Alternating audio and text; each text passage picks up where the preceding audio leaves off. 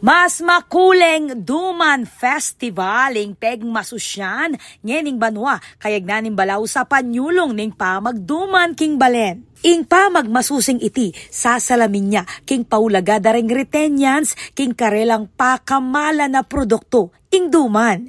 Libo-libong kabalen ing mekisaya king festival. Metong kareng highlight ning selebrasyon ing performance ning artist Santa Rita ay nausa AI o Alang Imposible the Musical bilang party ning 300-year celebration ning patron saint ng Santa Rita. Iti lakwas megpasaya king kapiestan.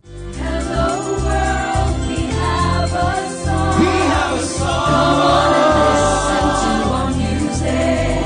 Kabambangan ko, gaya ang pangkaladwa ko. Sesena kuning gidu, miyabe-abeta.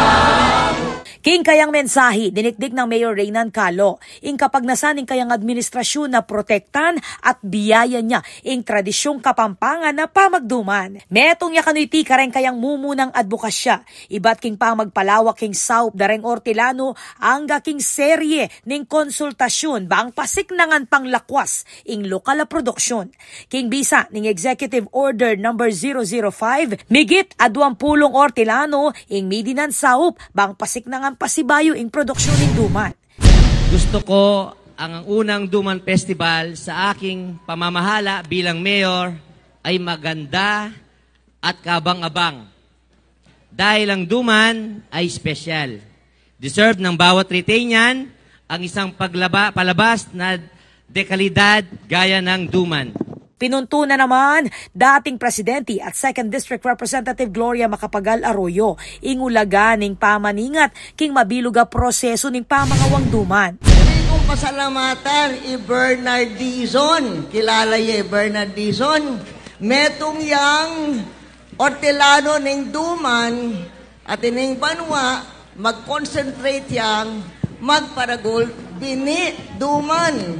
Bangkanita ali mawala ang yakatang duman keni. Metong niya kanong patunay iti na mabiyeng kultura, matatag ing tradisyon at balaw siyang mamarangkada ing bayong Santa Rita. Ako po, Patricia Mamangon para king News Force Pampanga. Balitang tutuking balen, susuyo.